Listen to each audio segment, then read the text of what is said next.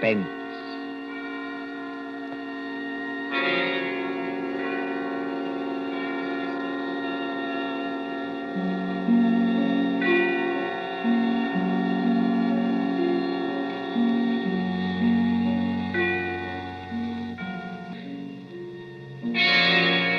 Suspense. For Suspense, tonight we present Menace in Wax by John Dixon Carr.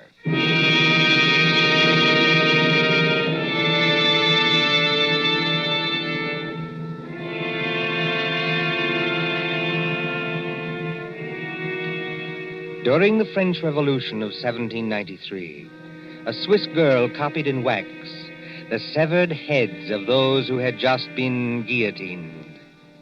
She married a Frenchman named Tussaud and came to London, and she founded Madame Tussaud's Waxworks.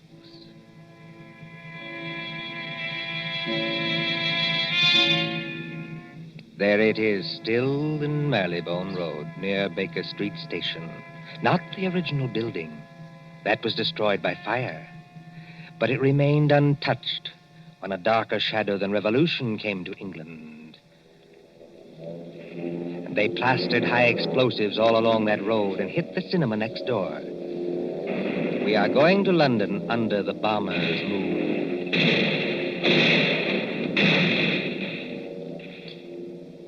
Late one night in March of 1941, a young man hurried up to the great glass doors of Madame Tussaud. Hey, open up here. Isn't there a night watchman around this place?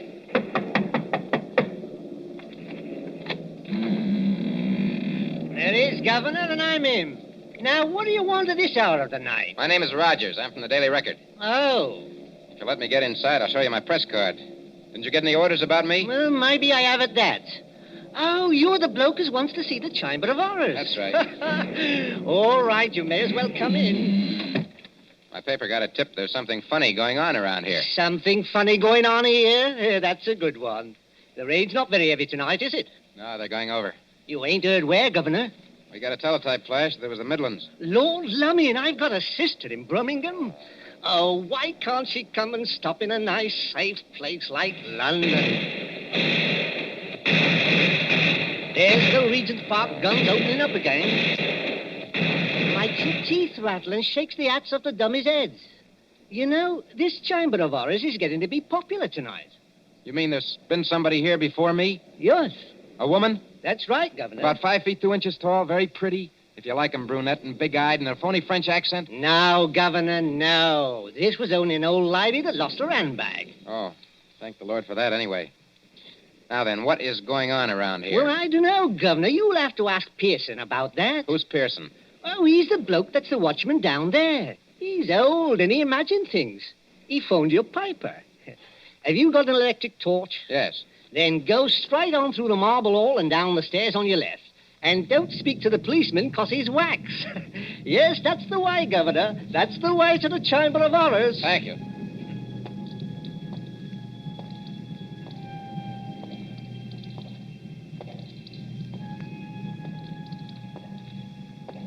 Pearson. Hello, Pearson. Pearson. Yes, sir. Huh? You're looking for me. Oh, gee, I didn't see you there. I must have thought you were one of these wax dummies. Ugly dim light, isn't it? Yes. Rogers is my name. I'm from the Daily Record. Oh, yes. I'm glad you came over.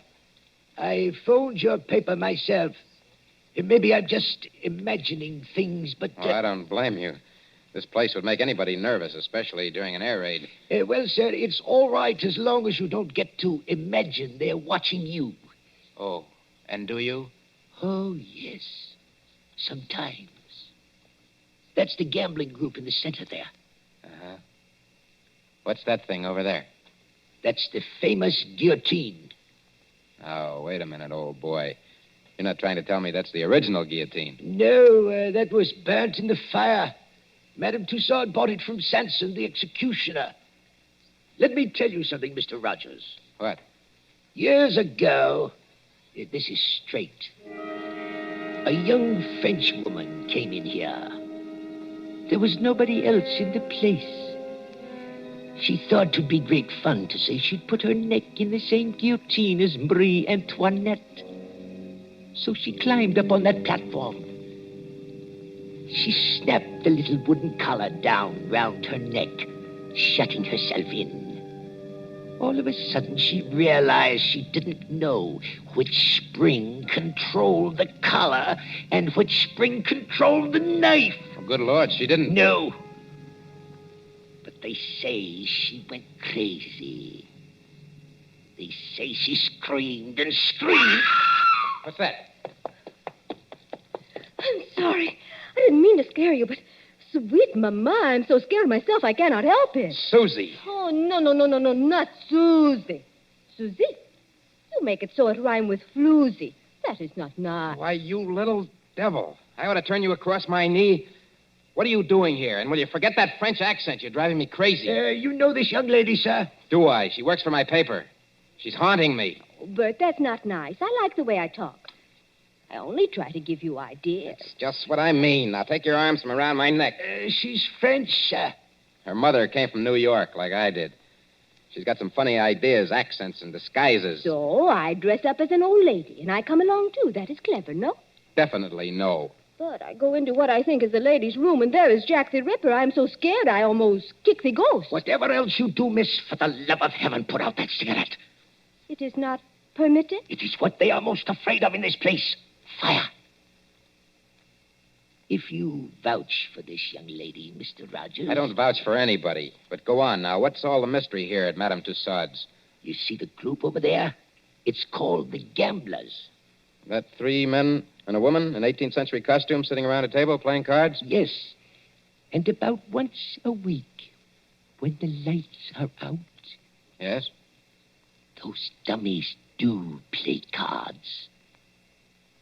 Is this a publicity trick of some kind? Oh, no, sir. Then what's the game? I'm not crazy. I know they don't actually do it, sir. What I want to know is who changes the cards round in their hands and why. Well, could anybody? Anybody from the outside, I mean, get in to change the cards? Oh, yes. There's a back door. But why would anyone want to break in here just to change those cards around? Mon cher Bert, écoutez. Listen. I have made a discovery. Listen, if you're going to talk, speak English. Or better yet, just keep still. But I have made a discovery. This card game. What about it? It is crooked. Here is a man which has 2 deuces of hearts in the same hand. Listen, Susie, I don't give a... Wait a minute. Let's have a look at those cards. I give you ideas, yes? Susie, for once you're right. And look here. 2 of these players have all the clubs and hearts. The other 2 have all the diamonds and spades. Susie, how many letters in the alphabet? 26, no? And twice 26 is... 52. The number of cards in a pack. Give me a pencil, Susie, quick.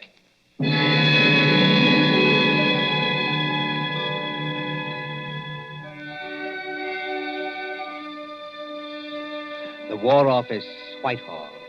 MI5, headquarters of military intelligence. There next morning in the map room used as an office by Colonel Warrender.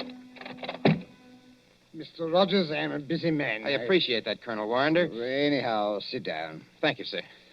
Now, what's all this? These cards you claim form a code, is that it? Yes, sir. Now, look, sir. Let each letter of the alphabet represent a card in clubs and hearts. That's 26. And then? And then when you get to the middle of the message, switch the alphabet over to diamonds and spades. Then you won't keep on repeating. Now, will you read what I've got written on this piece of paper? Jack of diamonds, Q. 3 of clubs, F. Well, that doesn't seem to mean much. Oh, never mind the cards, Colonel. Just read the letters. Q, F, A, C, T, O, R, Y. Yes, sir. Q Factory. Go on. Just a moment. What is that infernal noise? Johnson Burroughs. Don't bother with that, sir. Just read the message, please. Oh. Q Factory. 10 p.m., 15th. Today's the 15th of March, Colonel. Oh, all preparations made. Use dive bombers. I see. This message was left openly. So openly that nobody ever noticed it. Yes, the trick's been tried before. No contacts, no gatherings, no letters that might be intercepted. A whole spy ring could walk through that wax museum and read the message without being seen. You newspaper men trying to teach me my job? Oh, I'm sorry, sir. I only... No, go on. Well, don't you see? 3 or 4 little boats with portable wireless sets go down the Thames estuary. When they're beyond pursuit, they send that message by radio. Somebody listens. And it's no secret in Fleet Street, sir, that Q Factory is out in the wilds of Gloucestershire. There's no secret anywhere. And that we're making the Shaftesbury bomber out there. So tonight, unless we do something about it, they're coming over and bomb Q Factory to blazes. That's impossible. Why? Or can't you tell me? I can tell you this much. Yes, sir? Q Factory is so well hidden that even our own pilots can't find it from the air.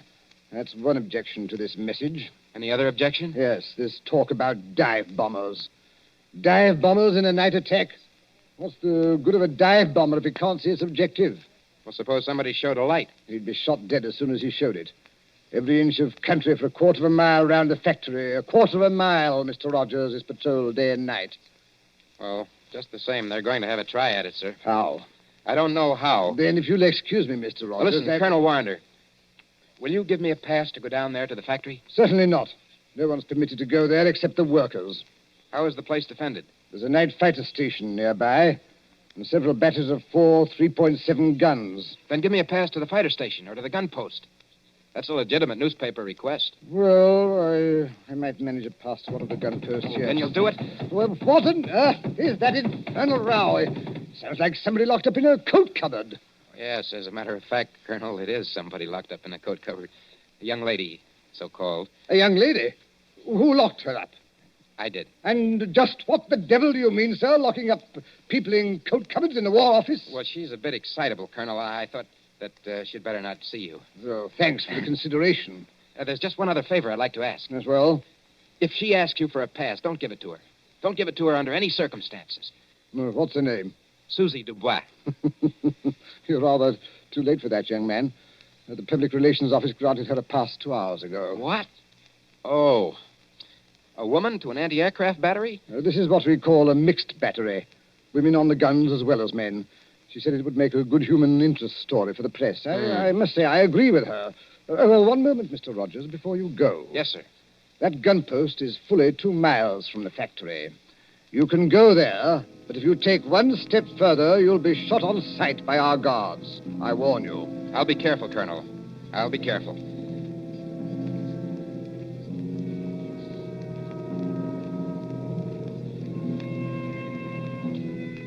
Somewhere in the West Country, a yellow moon shines over bare trees. A white mist, moving, clings to the ground.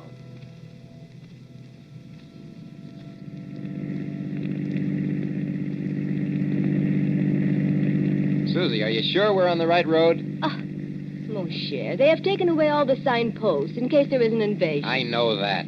But I follow the map. The map cannot be wrong. We've been driving for hours. Must be... Yes, it is. Nearly 9:30. Half an hour to go. Trees, and still more trees. Look, there's a break in the trees ahead. It will be open country in a minute. Yeah. That's funny. Look how deep the leaves are here on the road. But one thing I tell you, just between you and me and the bedpost... Gatepost, Susie. The term is between you and me and the gatepost. And speak English. I am speaking English very well, thank you. I do not need your help to be pure. All right. Now, this map. Well, what about it? It say we should go through a lot of villages. Mitford, Archidine, and Saffron-Weville. I have not seen any villages. Did you say Mitford? Oui, monsieur. Susie, let me have a look at that map. Come on, hand it over. But what is wrong? It is a perfectly good map. Yes, Susie. It's a fine map. It's an excellent map. Only it's a map of the wrong county. I have made a mistake?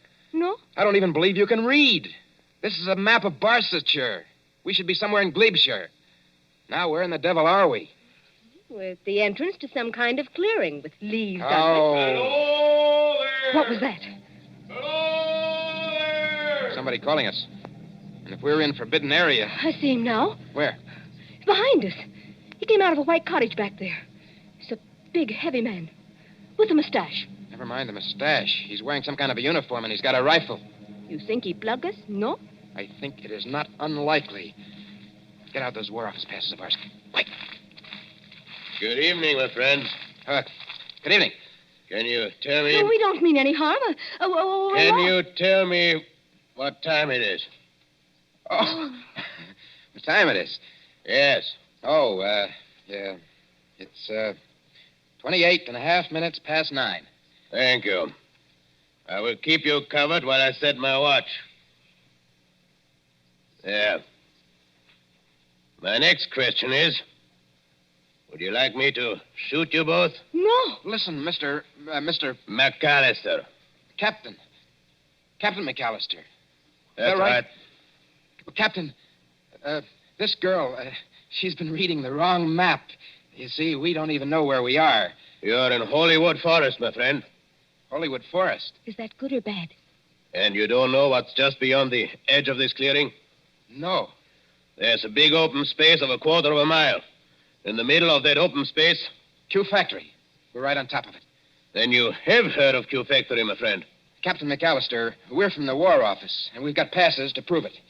Let's see the passes. We were trying to find gun site number... I've forgotten the number. But it's here on that card. You've passed the gun site. 2 miles back up the road. All right. Here are your passes. What are you going to do to us?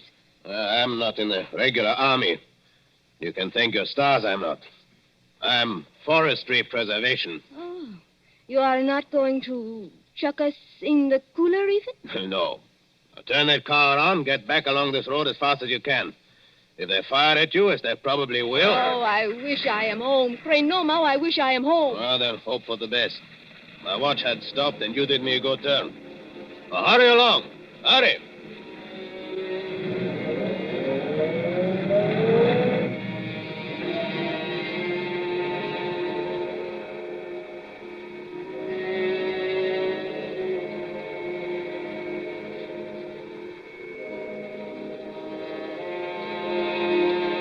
Gun sight of heavy ack-ack battery. 4 3.7 guns against a moon growing clear white. White as the concrete emplacements, sealed against light where the crews, men and women, sitting, waiting. Well, sir, glad to have you both here. But this idea of yours about dive bombers attacking a blacked-out factory in the middle of a forest is rather fantastic, don't you think? Well, I admit it doesn't make much sense, Captain Bronson, but I have a hunch that I'm right. Well, glad you and Miss Susie drove out. Don't see many strangers. Frightfully boring. Nice country, of course, good air and everything, but dull. Dull as ditch water.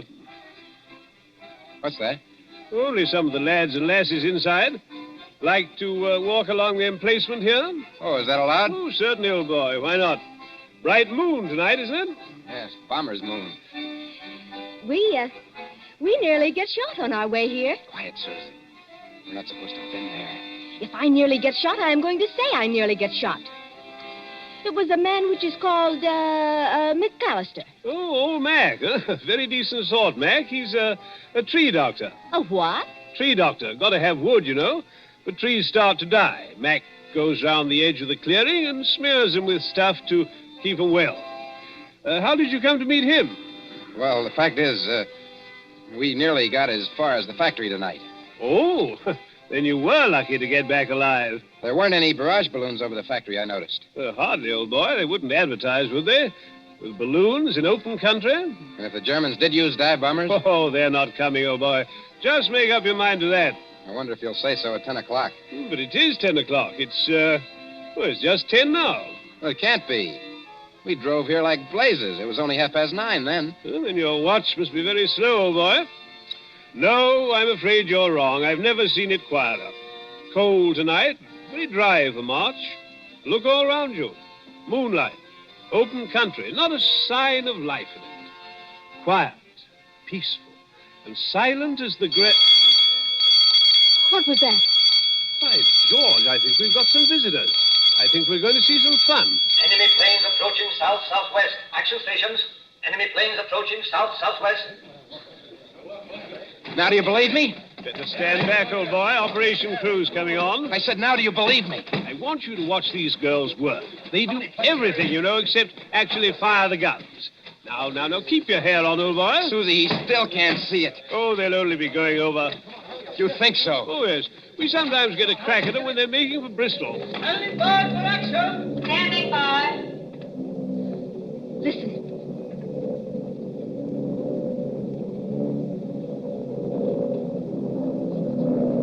I have heard that noise 1,000 times, but every time I hear it, I get sick. Well, they're flying ruddy low, you know. Just what I was thinking.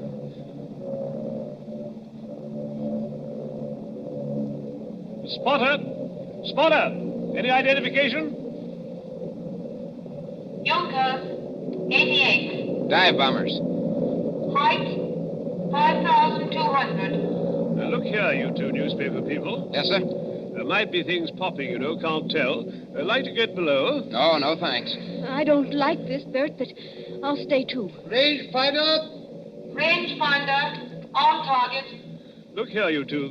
Those War Office passes you gave me, I'm not supposed to keep them. No, I'd better give them back, just in case. Predictor. Predictor, on target. Here we go, ladies and gents. Fire.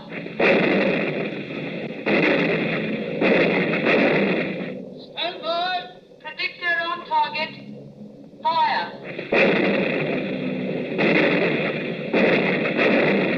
Stand by. Predictor on target. Headquarters message, sir. Fire. Yes, Corporal? Hold the fire. Night fighters taking off. Hold fire. Night fighters taking off. Hold fire. Message understood. What is the matter with them?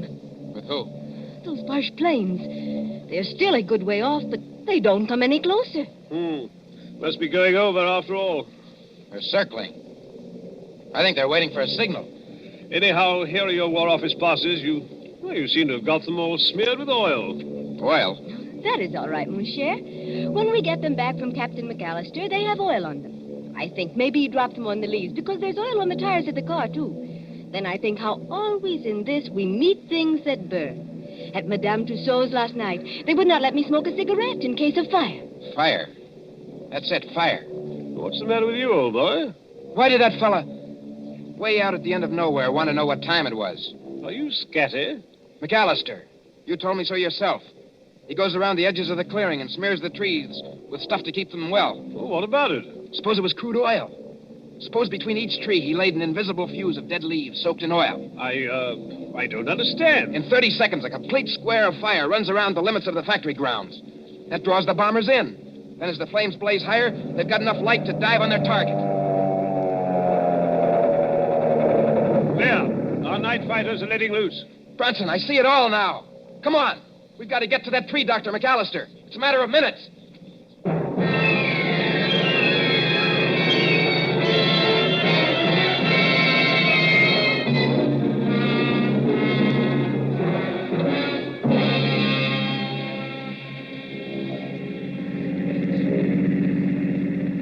Susie, is Branson following in the car behind us? Yes, he's following, and men with rifles. We've got to get to McAllister's cottage. This McAllister... I'll bet you 10 to 1 the real McAllister's either dead or tied up in that cottage. The fellow we saw was an imposter.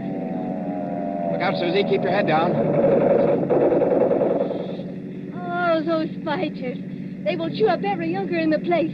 They have not got the chance of a snowshoe in heaven. No, Susie, not a snowshoe in heaven. You mean... I know you are English at a time like this. What I cannot understand... Look out! I don't see why he hasn't set his signal off. What is delaying him? Why don't he strike a match when the bombers come over? Because he's a good Nazi. A good Nazi? My watch was slow, don't you remember? And I gave him the wrong time. He had orders to strike his match at 10 o'clock, and he'll not do it until 10 o'clock if there are 500 planes instead of 20. Bert, I see him. Where? Far up the road.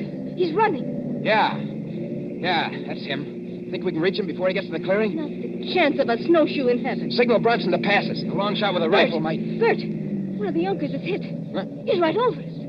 That's not all. He's unloading his bombs. That whole stick's coming straight down our direction. Keep your head down. I want to see. Put your arms over your face.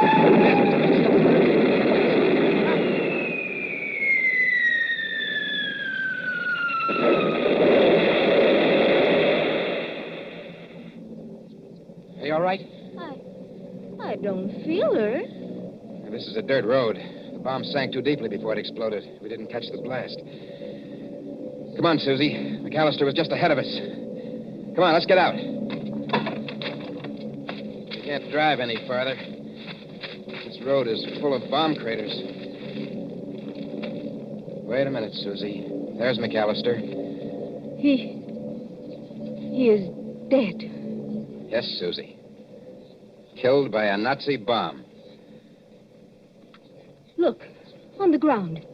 What are those 2 white cards? Oh. They're all smeared with oil. They must have fallen out of McAllister's pocket just before he got hit. Let's see. What do you know? What are the cards, Bert? 2 tickets for Madame Tussaud's waxworks. I'm afraid our friend's never going to get to use them. Not the chance of a snowshoe in heaven.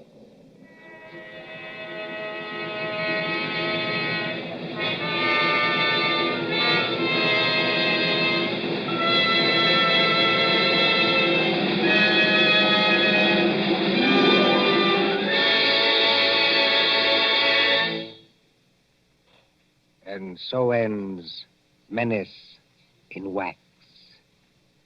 Tonight's story of Suspense. Columbia presents these stories of mystery and intrigue and dangerous adventure for your relaxation and enjoyment. Next Tuesday, there'll be another in this series. Same hour, 9:30 Eastern Wartime. William Spear, the producer. John Dietz, the director. Bernard Herrmann, the composer-conductor. John Dixon Carr, the author. Our collaborators on Suspense.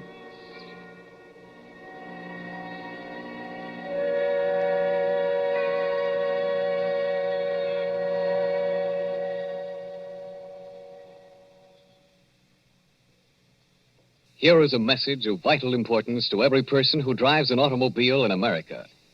There is wide misunderstanding about gasoline and rubber, and the government wants the following facts brought to everyone's attention. Actually, there is no scarcity of gasoline except in some parts of the East. But nowhere in the country is there enough rubber for military and civilian use. Starting 2 weeks from today, December 1st, mileage rationing goes into effect. This means that no car owner anywhere in the United States will be able to buy gasoline without a mileage rationing book. The purpose is to conserve the rubber we have by eliminating all unnecessary driving. When we think of the tremendous distances our mechanized army is traveling in North Africa and the long road to victory that still lies ahead, this extra effort on our part is slight indeed. Remember, everybody is going to have mileage rationing, so why not be prepared? The best way each of us can save rubber is by sharing our car with others. Let one car do the work for 2 or 3. So why not arrange with the neighbors tonight and start sharing the car tomorrow? It's the one real, important contribution that every automobile driver can make. Don't be a lone rider. Share your car and do your share for victory. This is the Columbia Broadcasting System.